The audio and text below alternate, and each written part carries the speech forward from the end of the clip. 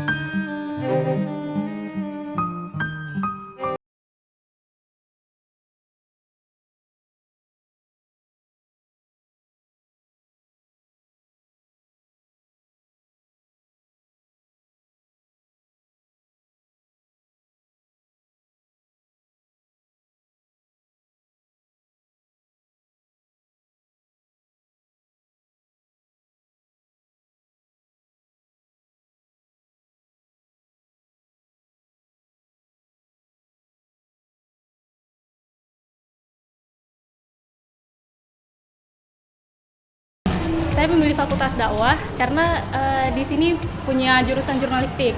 Jurnalistik ini adalah salah satu impian saya. Saya suka menulis, jadi dengan kuliah di sini insya Allah akan terasah kemampuan saya dalam hal menulis. Dan Fakultas Dakwah merupakan pilihan utama juga bagi saya. Ya mudah-mudahan dengan kuliah di sini saya benar-benar bisa mencapai impian yang saya inginkan.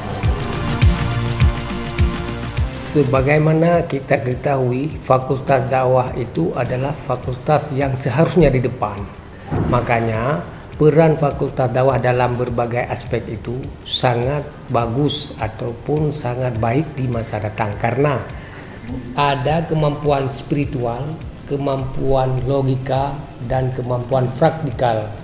Jadi, ketiga kemampuan itu harus disejajarkan agar alumni itu mampu bersaing, bersanding, dan bersama alumni yang lainnya. Bukan saja di dalam negara, akan tetapi di mancanegara.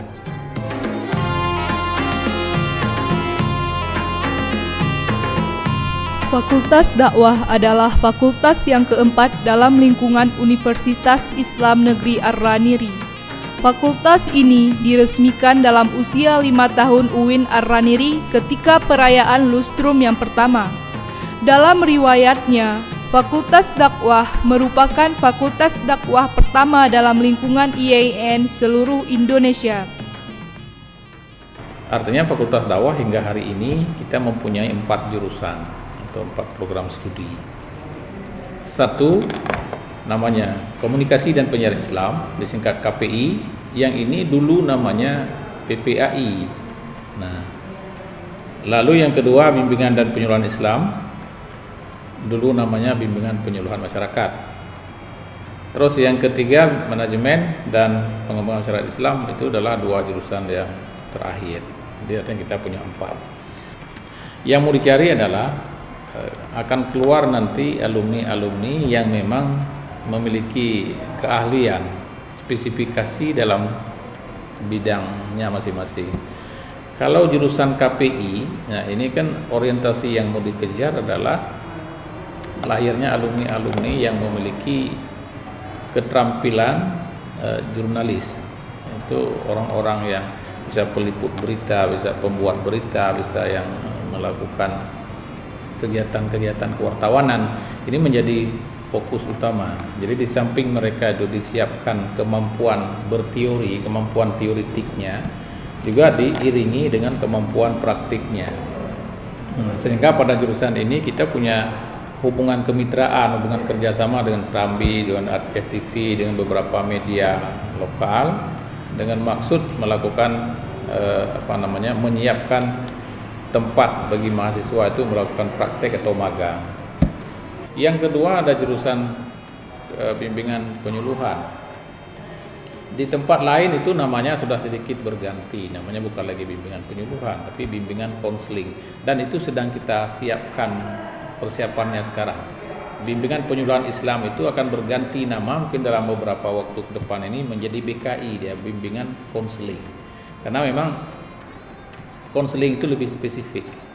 Nah, jadi ketika Fakultas Tarbiyah akhir-akhir ini membuka konseling, nah itu mereka akan lebih memfokuskan perhatian pada pendidikan, sedangkan kita di sini lebih kepada komunitas, konseling komunitas, konseling masyarakat. Alumni yang akan dilahirkan nanti itu bisa sektor rumah sakit. Kalau Anda bisa melihat pada rumah sakit Kristen, nah di setiap rumah sakit itu ada konselor. Mereka akan selalu memberikan bimbingan rohani kepada pasien yang sedang sakit. Nah, sementara itu yang kita tidak ada sekarang. Jadi kita mengharapkan nanti akan lahir alumni-alumni ini yang mampu memberikan bimbingan, yang mampu memberikan penyuluhan dengan pendekatan Islam kepada pasien. Terus yang ketiga, manajemen dakwah. Dakwah hari ini, selama ini kadang cenderung dipahami oleh sebahagian teman-teman, oleh sebahagian masyarakat itu sebagai kegiatan mimbar saja. Nah, sehingga manajemennya kurang terperhatikan dengan baik. Nah, padahal ketika kita melakukan sebuah kegiatan dakwah, itu apa yang disebut dengan merancang, terus planningnya, organizingnya, terus actuatingnya, sampai kepada evaluasinya, sampai pendanaannya, itu semuanya harus ditata dengan baik. Dan di situ dibutuhkan kemampuan manajemen. Tanpa dilakukan melalui persiapan manajemen, tahapan-tahapan kerja dan target-target yang akan dicapai tanpa dengan baik, dipersiapkan dengan baik, maka kegiatan dakwah yang dilakukan juga bisa jadi tidak tercapai, kan begitu. Karena itu alumni yang mau dilahirkan dari jurusan manajemen dakwah itu, dia mampu merancang kegiatan dakwah. Di Aceh hari ini tantangan dakwahnya besar, di Indonesia tantangan dakwah hari ini besar, bahkan di dunia hari ini tantangan dakwahnya cukup besar. Jadi tanpa dijawab, tanpa dipersiapkan dengan bagus, menata, menyusun program, melaksanakan program, mengevaluasi program, belum melahirkan planning yang baru, itu tanpa dilakukan seperti itu, saya kira sulit ya kegiatan-kegiatan berbau syariat, ya, berbau dakwah, kegiatan dakwah itu sulit untuk bisa dicapai. Terus kemudian terakhir pada jurusan pembangunan masyarakat Islam. Nah, ini awalnya kemarin itu kan ada bencana tsunami di Aceh. Nah, dengan adanya gempa tsunami di Aceh 2004 yang lalu, itu ternyata kebutuhan terhadap alumni kita ini itu sangat diperlukan. Secara konkret, beberapa dinas terkait, semisal dinas sosial, itu selalu mempertanyakan alumni kita. Mereka sudah siap menampung alumni-alumni kita yang siap bekerja dalam bentuk sukarelawan. Jadi mereka memang ada kegiatan pekerja-pekerja yang volunteer. Volunteer itu mereka perlukan. Sehingga beberapa tenaga yang memang kesejahteraan sosial yang lahir dari kita, dan malah beberapa sudah selesai magisternya, itu memang tenaga-tenaga handal yang cocok dia bermain di lingkungan rawan bencana seperti Aceh ini. Kita kenal Aceh rawan bencana, jadi kehadiran mereka, alumni-alumni kita, itu memang tepat. Nah, sehingga keberadaan mereka itu sangat diperlukan masyarakat.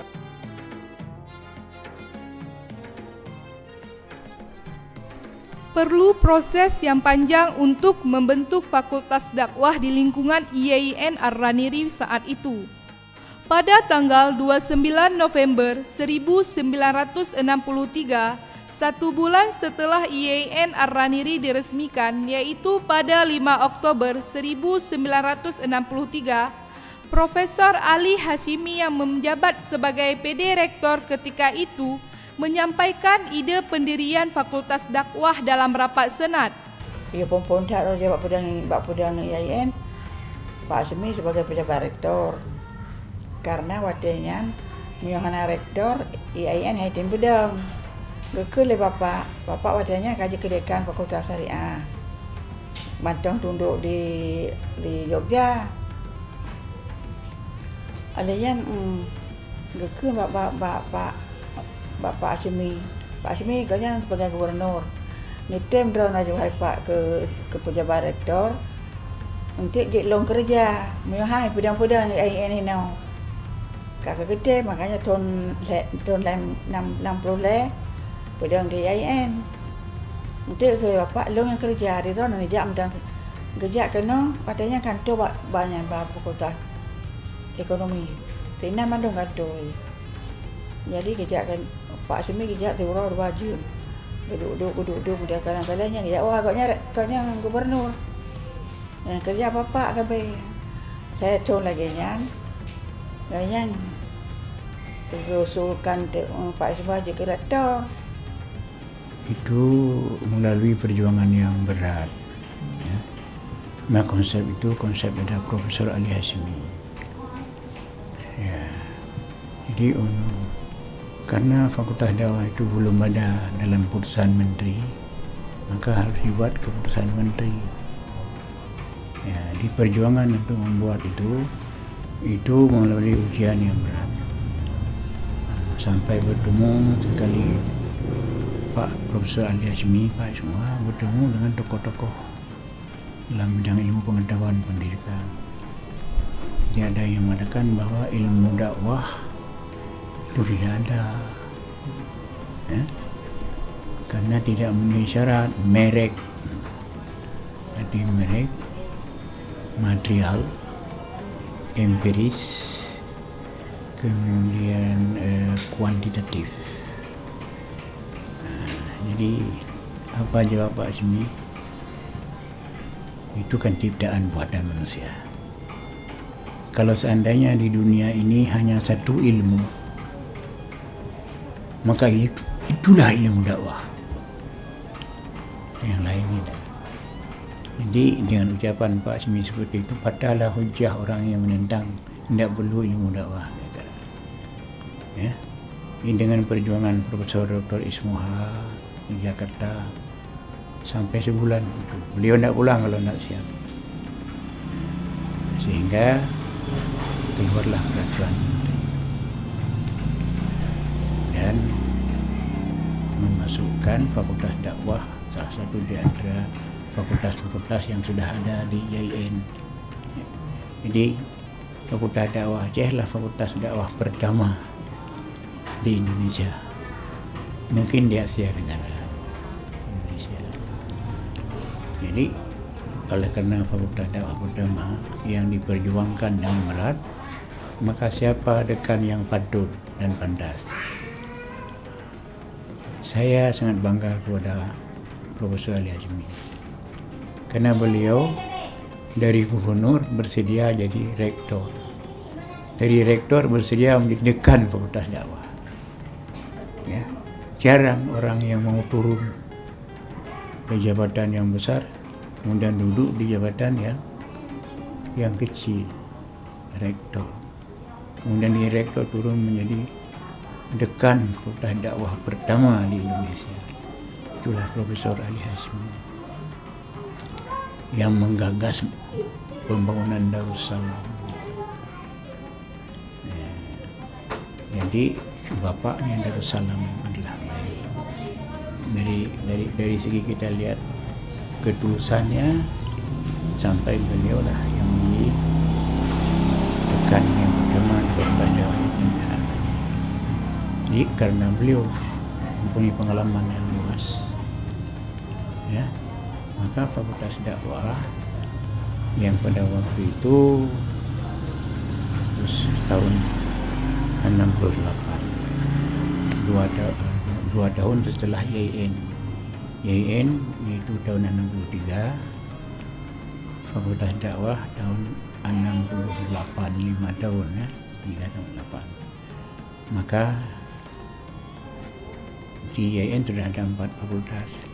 Fakultas Syariah yang kedua tahun 59, kemudian Fakultas Tarbiyah yang kedua, Fakultas Usuluddin yang ketiga, Fakultas Dakwah yang keempat. Mahasiswa yang pertama yang masih saya ingat yaitu Saudara Hasan Banda almarhum. Kelompok-kelompok ini namanya. Jadi dalam program kita menggerakkan dakwah pada masa itu, ya, saya tahun 62 telah menjadi di Fakultas Usuluddin sebagai ketua seksi penerangan dan dakwah. Sebelum ada Fakultas Dakwah, seksi penerangan dan dakwah. Nah, kemudian oleh Profesor Hashmi menggagas bagaimana supaya Fakultas Dakwah itu ada. Setelah melalui perjalanan yang panjang demi terwujudnya Fakultas Dakwah dalam lingkungan IAIN Ar-Raniri, akhirnya pada tanggal 19 Juni 1968 Menteri Agama Kiai Haji Moh Dahlan mendatangi pendirian Fakultas Dakwah di lingkungan IAIN Ar-Raniri yang kemudian diresmikan langsung olehnya pada Lusrum 1 IAIN Ar-Raniri pada tanggal 7 Oktober 1968.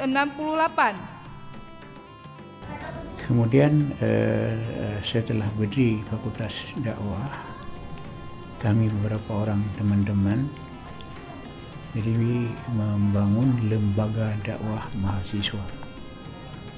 Lembaga dakwah mahasiswa IAIN. Jadi mulai dengan biro dakwah, kemudian jadi berkembang di lembaga dakwah sudah meluas. Maka usaha yang pertama yang kami lakukan yaitu mengadakan LAFIDA, latihan pidato Darussalam.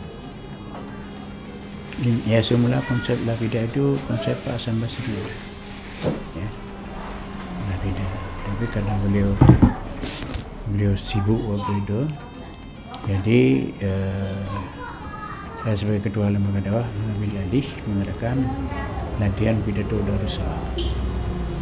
Dari latihan pidato Darussalam itulah kita kumpulkan mahasiswa-mahasiswa yang berbakat dari berbagai fakultas. Malah bukan hanya dari Fakultas Dakwah, bukan hanya dari Fakultas Usuluddin, dan bukan hanya dari IAIN, tapi juga dari Pantai Kudu, dari Syah Kuala, ya, dari APDN waktu itu.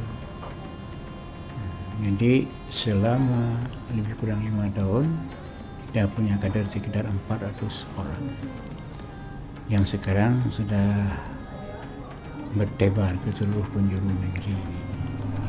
Dan saya selesai di Fakultas Dakwah tahun 60 tahun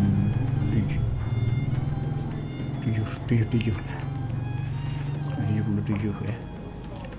68-77 saya selesai. Jadi kita buat tim dakwah keliling. Mau ke Azhar, mau ke Mesir, masuk Fakultas Dakwah. Jadi kita keliling memberikan informasi-informasi tentang pentingnya Fakultas Dakwah untuk masa depan Islam. Maka dengan demikian jumlah mahasiswa dakwah dari angkatan pertama kepada angkatan kedua meningkat terus. Kenapa? Karena kita aktif melaksanakan, menyampaikan informasi kepada masyarakat.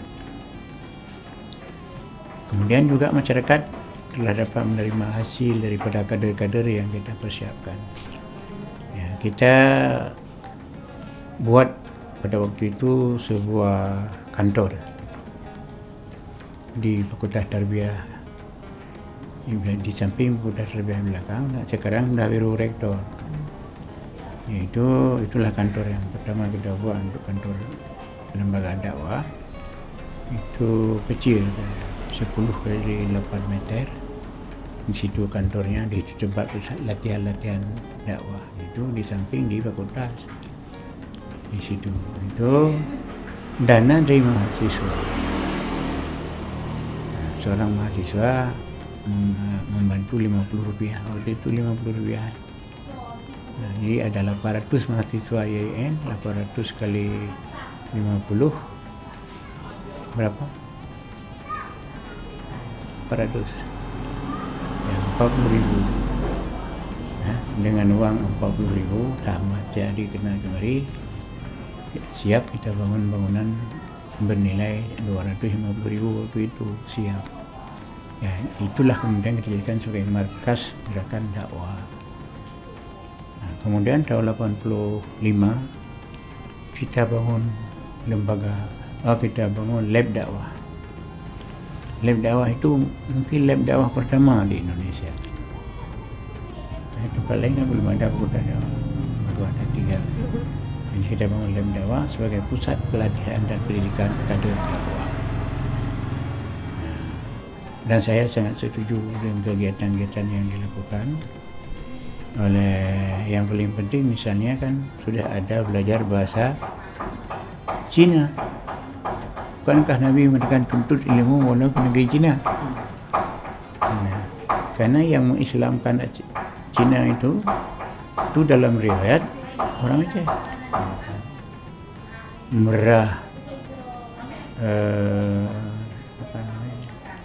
Merah Ishak, ya, anak Sultan Perak yang keberapa, pendiri kerajaan Ishak di Takengon. Merah Ishak, dia yang mengislamkan sampai ke Jawa Timur. Dan cucunya yaitu Wali Songo, ya, yang bernama siapa itu? Sunan Giri.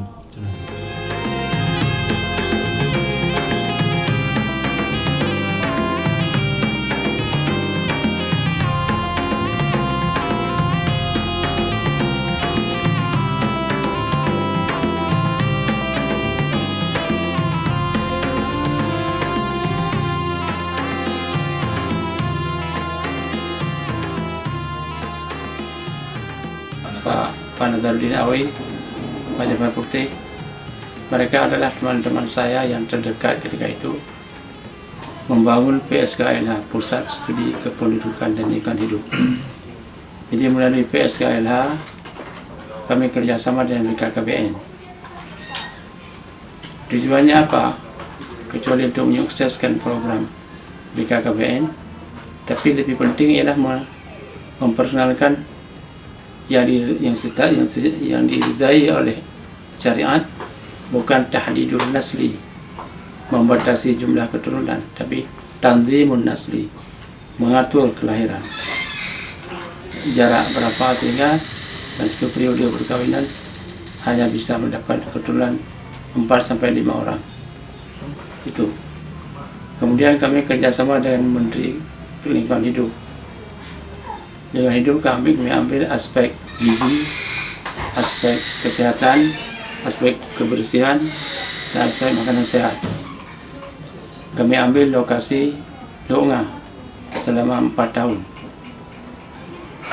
Sehingga masyarakat Donga dan 10 desa mengenal gizi, mengenal makanan sehat, mengenal kebersihan lingkungan, mengenal MCK, dan mengenal kader kesehatan desa. Teman-teman di Donga tentu sudah banyak yang berpulang akibat daripada tsunami yang kita alami bersama. Untuk jalan masa depan daripada pembangunan desa, kami melatih anak-anak cerdas pada tiap-tiap sekolah SD dan SMP, termasuk MSen, Min, dokter kecil, dokter sekolah, bersama dengan klinik sekolah, kerjasama dengan guru-guru. Jadi alhamdulillah selama 3 tahun kami banyak memberi dukungan kepada keberhasilan program-program kesehatan pemerintah dan kebutuhan dan kemajuan lingkungan hidup. Sebagai itu, JIN bekerjasama dengan dikata PSKLH, kerjasama dengan dinas transmigrasi.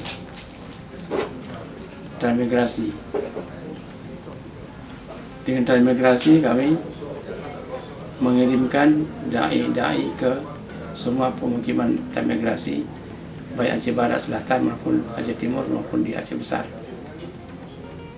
Mereka menetap di situ berbulan-bulan, ada bertahun-tahun, membina masyarakat migrasi, aman dari segi akidah dan mantap dalam kehidupan sehari-hari. Kecuali itu, kecuali mengirim dai menetap di pemukiman imigrasi, kami juga mengambil anak-anak cerdas pada tiap-tiap pemukiman, jumlahnya lebih kurang 40 orang. Kami latih di seluruh Salam, kerjasama dengan satu pesantren, namanya itu pesantren modern daya terpadu, pesantren modern terpadu di seluruh Salam. Kami latih mereka, kami sekolahkan mereka selama 3 tahun dengan harapan kembali ke desa masing-masing menjadi kiai cilik, menjadi imam muda. Alhamdulillah sebagian besar kembali, tapi sebagian kecil yang ternyata wawasannya terbuka malah tidak mau kembali. Ini bukan lucu, tapi juga saya pertimbangkan. Ketika mereka terkurung di pemukiman, mereka tidak tahu mau kemana. Ketika mereka sudah di luar lingkungan pemukiman imigrasi, sudah melihat perkembangan transportasi begitu mudah, ilmu sudah bertambah, mereka malah adu nasib, ada yang lari ke Jakarta, dari ke Medan, masuk ke Banda Aceh. Dan di Banda Aceh, Medan, Jakarta berhasil. Jadi anak-anak terkemuka. Yayain Fakultas Dakwah tidak bisa dipisahkan dengan Yayasan Umat. Yayasan Umat, yayasan yang saya bangunkan 20 tahun yang lalu, lebih. Tahun 70-an, sudah 30 tahun sekarang. Itu kami bekerja dengan semua wilayah Aceh. Siap di Sabang, Pulau Aceh, Pulau Simbelu, Pulau Banyak, Singkil, perbatasan Aceh Timur, Aceh Barat, Aceh Selatan, Putra Jane.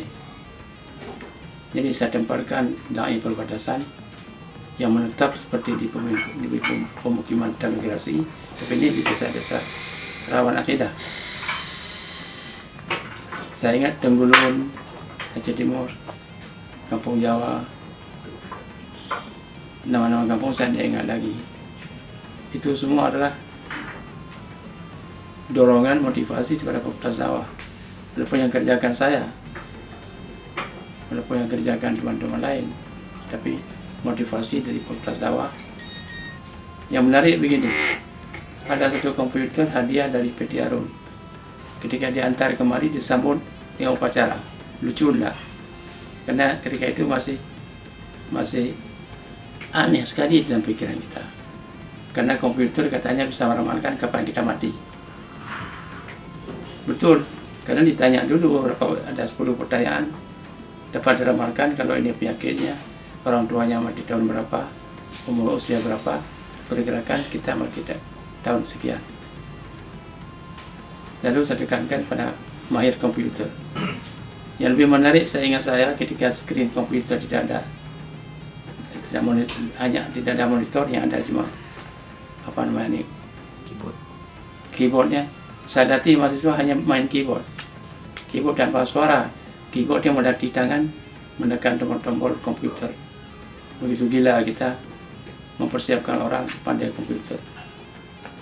Yang kedua saya pikirkan lagi, masa depan kita ini masa depan terbuka, masa depan komunikasi antar suku, antar bangsa, antar benua. Oleh karena itu kita harus belajar bahasa Inggris. Bahasa Inggris yang tekankan bukan pada membaca, tapi pada conversation. Lalu saya ciptakan di Fakultas Dakwah dulu ketika saya masih dekan, yaitu English Morning Class. English Morning Class jam 7 pagi. Bayangkan jam 7 sudah di kelas. Lalu untuk merangsang dosen mau datang jam 6.30, honor dosen dibayar ketika keluar dari kelas. Selesai jam 7.30, jam 8 pagi, keluar dari kelas, terima honor. Kalau andai kata mereka belum makan pagi, ada uang untuk makan pagi dari restoran. Alhamdulillah berjalan dengan baik. salah seorang di antara alumni yang ikut program bahasa Inggris morning English exercise, Pak Rani kalau nggak salah. Beliau merasakan bagaimana semangat ketika itu, semangat Fakultas Dakwah membina masa depan daripada mahasiswa. Saya katakan kalau Anda punya ijazah bahasa Inggris, punya ijazah komputer, pagi lamar kerja, siang hari sudah diterima. Begitu optimismenya saya dengan kedua program ini. Untuk cepat mahasiswa alumni mendapat pekerjaan. Kalau untuk sekarang saya kira landasan sudah cukup kuat. Ke depan harus lebih progresif lagi. Jadi kita katakan fakultas tantangan. Jadi kita tidak sama dengan tarbiyah yang menunggu ijazah lamar kerja, tapi kita penuh pertantangan. Malah dulu orang tidak suka dengan dakwah, sehingga Aceh berani membangun fakultas dakwah tanpa mahasiswa. Akhirnya seluruh Indonesia ikut, yang melawan, yang menentang juga ikut mendukung, apalagi yang mendukung. Jadi kalau ada IAIN ada fakultas dakwah, itu ikut tiru-tiru fakultas IAIN Ar-Rani di Banda Aceh.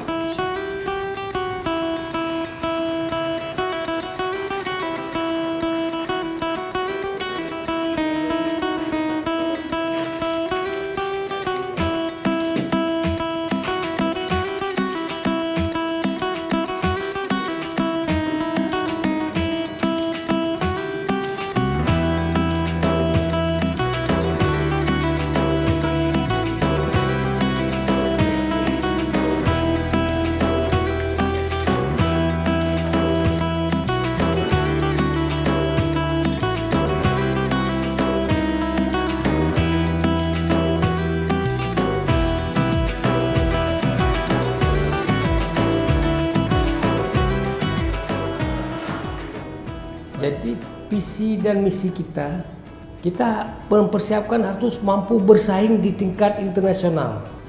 Kita Fakultas Dakwah suatu saat akan datang dia harus mampu bekerja di luar negeri. Artinya apa? Jika kita mempersiapkan kelas internasional kelas inti ini, mereka alumni bisa bekerja di Al Jazeera, bisa kerja di CNN, bisa kerja di Malaysia, bisa kerja di Vietnam, bisa kerja di Thailand dan sebagainya. Nah, yang paham bahasa Arab nanti bisa bekerja di Timur Tengah, di Kuwait, di Qatar, di Iran, di Irak, dan di Yaman dan sebagainya. Itu salah satu program unggulan kita yang kita mulai pada tahun 2012 ini. Dan alhamdulillah itu berhasil. Ya, ini katanya berhasil bagaimana? Tahun 2013, kalau kita dulu ambil nilai 50 bahasa Inggris rata-rata, yang terbawah sekarang sudah bisa naik 60.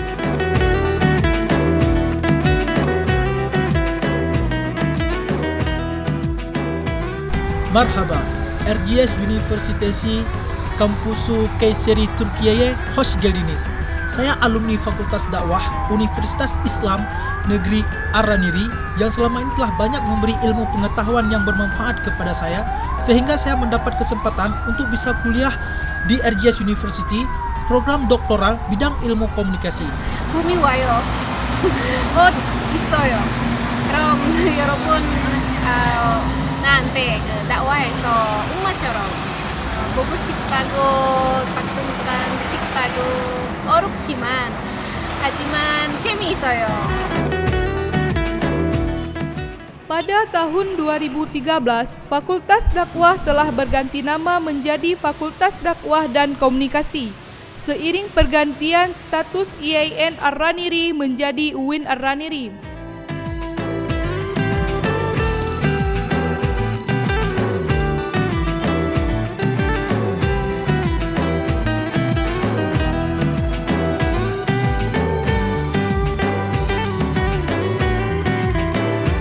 Fakultas Dakwah dan Komunikasi memiliki 4 jurusan, yaitu jurusan BPI, KPI, DMD, dan jurusan PMI.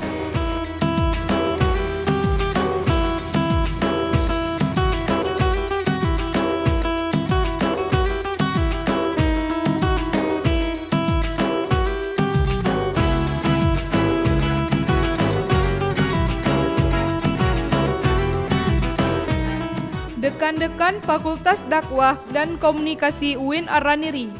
Dekan pertama, Ali Hashimi. Dekan kedua, Dr. Andes Muhammad Tahir Harun. Dekan ketiga, Dr. Andes Sahabudin Mahyidin. Dekan keempat, Dr. Andes Abdurrahman Ali. Dekan kelima, Dr. Andes Amir Hasan Nasution. Dekan keenam, Dr. Haji Rusdi Ali Muhammad. Dekan ke-8, Dr. Andes Haji Rahman Kaoy. Dekan ke-9, Dr. Hajjah Arbiah Lubis. Dekan ke-10, Dr. Andes Maimun Yusuf MAG. Dan dekan saat ini, Dr. Arani Usman MSI. Fasilitas yang dimiliki oleh Fakultas Dakwah dan Komunikasi saat ini seperti yang bisa kita lihat ya, kita sudah mempunyai gedung yang kita lihat secara fisiknya sudah sangat memadai gedungnya. Artinya kita bisa melihat itu kantor ya, mungkin sudah cukup ya, memadai fasilitas ruangnya sudah ada, kantor terdiri dari kantor dekan, wakil dekan gitu ya.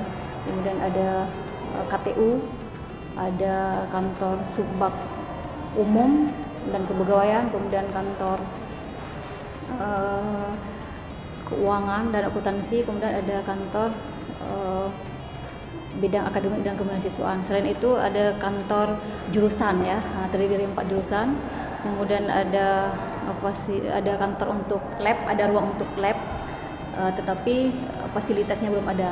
Kita lihat gedungnya saja, kemudian ruang praktikum juga sudah tersedia ya.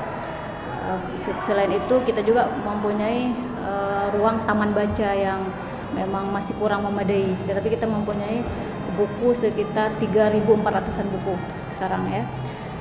Selain itu kita juga mempunyai ruang praktikum terdiri dari ruang fotografi kita punya, kemudian ada ruang layanan konsultasi dan konseling, dan ada juga ruang teater. Nah, itu diperuntukkan semua untuk ruang praktikum mahasiswa. Selain fasilitas berupa gedung seperti itu, ada juga fasilitas seperti perangkat lunak ya, komputer. Kita sudah memiliki semua bidang itu, kita sudah memiliki semua komputer ya, di jurusan, di kantor-kantor seperti tadi, kasubag sudah kita miliki. Kemudian kita juga mempunyai kantin yang sedang kita kelola sekarang. Ada juga fasilitas fotokopi ya, fotokopi. Kemudian ada juga yang sedang dibangun itu tempat istirahat mahasiswa, itu di taman ya, kita punya taman itu. Kemudian ada perparkiran, ada parkir. Nah, itu dari segi gedung yang kita lihat. Lalu yang belum ada, fasilitas yang belum ada, artinya isi mobilernya yang belum ada ya, yang belum ada, termasuk dengan fasilitas ruang belajar itu direncanakan kan nanti ada LCD yang tetap, kemudian fasilitas labor juga masih kosong ya, kemudian tempat praktek menyiar mahasiswa KPI itu kan, studio radio juga kita belum ada. Artinya semua fasilitas ini sudah kita usulkan ke dalam program pembangunan IDB sebenarnya. Nah, jadi saat ini kita masih menunggu waktu kapan mobiler itu ada. Makanya sekarang kita bisa lihat gedung yang ada sekarang ini kan masih kosong semuanya, tapi itu sudah kita programkan, kita sudah mengusul, cuma kita masih menunggu.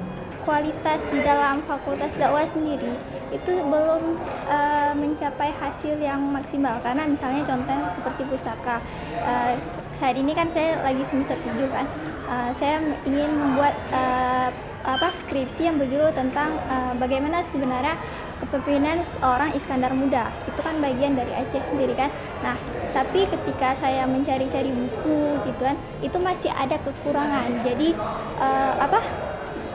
kalau harapan saya di pustaka sendiri itu adanya kontribusi dari Fakultas Dakwah untuk memberikan buku-buku yang memang diperlukan oleh mahasiswa Fakultas Dakwah gitu. Itu kalau bagian pustaka. Kalau di akademi sendiri kadang-kadang kalau kita memang sudah dijadwalkan gitu, kapan isi KRS, tapi kadang-kadang dari pihak akademik sendiri mereka masih molor, tidak sesuai jadwal yang mereka tentukan. Jadi birokrasi di Fakultas Dakwah sendiri seharusnya ditingkatkan lagi gitu. Nah, ini salah satu kendala kita. Kenapa? Kita kan masih mengandalkan dana dari Jakarta, mengandalkan dana dari Biru. Oleh karena itu kita coba berkomunikasi agar dana itu cepat turun dan fasilitas itu ada. Ya, kita coba sudah bisa berkomunikasi dengan orang-orang yang alumni, bagaimana kita mempersiapkan alumni dan alumni itu bisa merangkul kita bisa membangun fakultas ini. Dia punya peluang mencari kerja kepada adik-adiknya. Dia punya dana bisa membangun fasilitas-fasilitas yang lain. Jadi untuk sekarang fasilitas memang tidak memadai, akan tetapi kita terus maju dan coba untuk berbenah.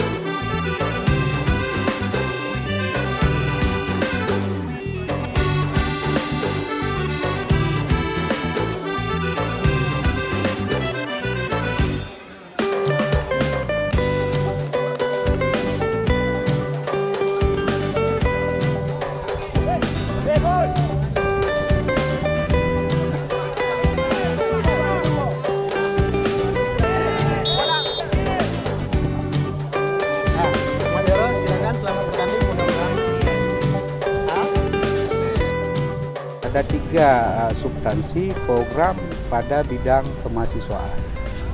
Ya, yang pertama dilihat dari grand skenario kami itu adalah penguatan kelembagaan dan pengembangan kelembagaan. Jadi pada bidang kemahasiswaan itu penguatan kelembagaan itu tetap mahasiswa kita arahkan adalah kepada bidang akademik. Ya, bidang akademik, bidang keilmuan, bidang pengembangan wawasan. Ya. Nah, sebelum ini misalnya saya untuk penguatan ini ada beberapa program, salah satunya adalah walaupun itu masih kita perjuangkan untuk co-kurikuler, tapi alhamdulillah sudah masuk ke penguatan justifikasi dari salah satu program pimpinan, misalnya pengembangan kebahasaan. Ya, pengembangan kebahasaan, bahasa Inggris, bahasa Arab, dan juga satu lagi adalah pengembangan kemampuan baca dan hafal Al-Quran. Ya, 3 itu. Ya, kemarin kita dapatkan dalam itu misalnya bidang olahraga. Ya, sudah ada grup bola kaki sudah ada, kemudian yang basic itu sudah ada, kemudian futsal sudah ada, kemudian ada perlombaan catur kemarin, tenis meja, bulu tangkis dan sebagainya. Pada pionir kemarin kita dapatkan lagi bidang penalaran. Bidang penalaran itu adalah bidang kalau bahasa yang lain bidang bagaimana ide-ide mereka itu, ilmu mereka itu bisa menuangkan dalam karya tulis. Dalam karya tulis kemarin 2 orang wakili IAIN untuk pekan olahraga seni dari pionir di Banten, itu 2 orang dari mahasiswa kita. Saudara Mahmud dan juga Elvira Syuhada. Bahkan untuk Elvira tingkat nasional itu mendapat lomba karya tulis ilmiah Al-Quran, dapat juara 2.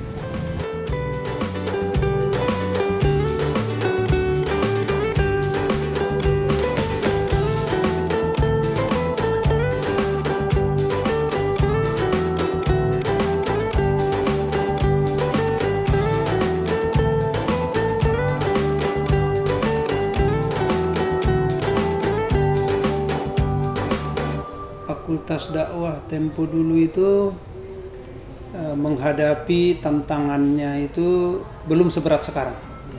Jadi kalau dahulu kala kita berdakwah begitu masih mudah diterima oleh orang, dengan bahasa yang sederhana kita bisa dekat dengan publik kita, dengan audiens kita, dengan mada'u kita. Tetapi justru sekarang pemaknaan dakwah itu sudah semakin luas.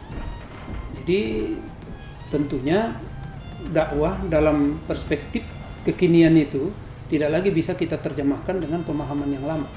Sudah kita harus bikin atau buat dalam perspektif yang lebih modern, sehingga dakwah itu bisa masuk ke dalam semua sendi, ke dalam semua segi. Jadi tidak lagi terfokus bahwa dakwah itu hanya sebuah metode yang bisa digunakan menyampaikan agama kepada audiens begitu saja, tetapi sudah semakin meluas. Kami mengharap dengan banyaknya kelulusan sekarang ini, mudah-mudahan ke depan kita bisa merubah paradigma ke depan Indonesia yang akan lebih maju.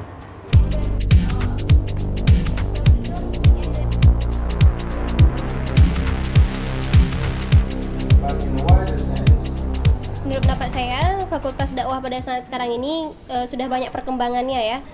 Berharap lagi jauh lebih meningkat lagi ke depannya. Kita lihat alumni Fakultas Dakwah juga sudah banyak di media.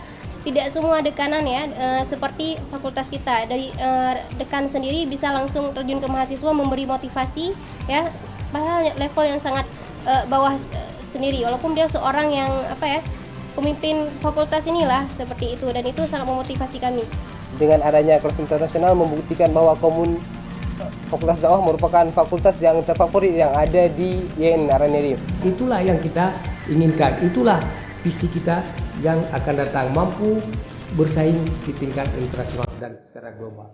Ulil haqqa walau kana murrah. Dan I am so happy. Saya bangga. Saya senang. So happy. Saya betah. Afrah. Saya senang sekali. Turki. Madinah. Oh, cek. Aku kagum tuh Nenda.